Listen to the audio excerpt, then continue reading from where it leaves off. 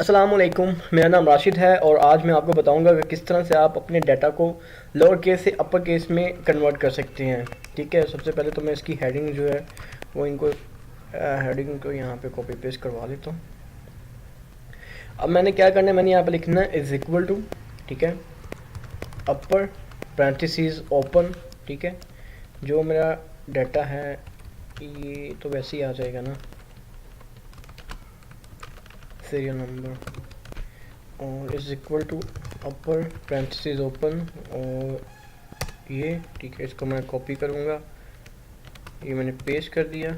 ठीक है, copy paste और कॉपी पेस्ट। ठीक है, यानी कि इसने जो मेरा लोअर केस डाटा था उसको इसने अपर केस डाटा में कन्वर्ट कर दिया अपर फॉर्मूले के ज़रिए।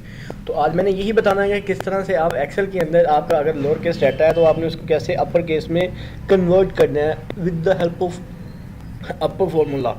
तो आज के लिए यही है। ठीक है, नेक्स्ट हम इससे आगे बात करेंगे। आपने क्या करना है, चैनल सब्सक्राइब करना है ये लिंक पड़ा हुआ है, और दूसरा फीडबैक देनी है। शुक्रिया आपके टाइम का, थैंक यू।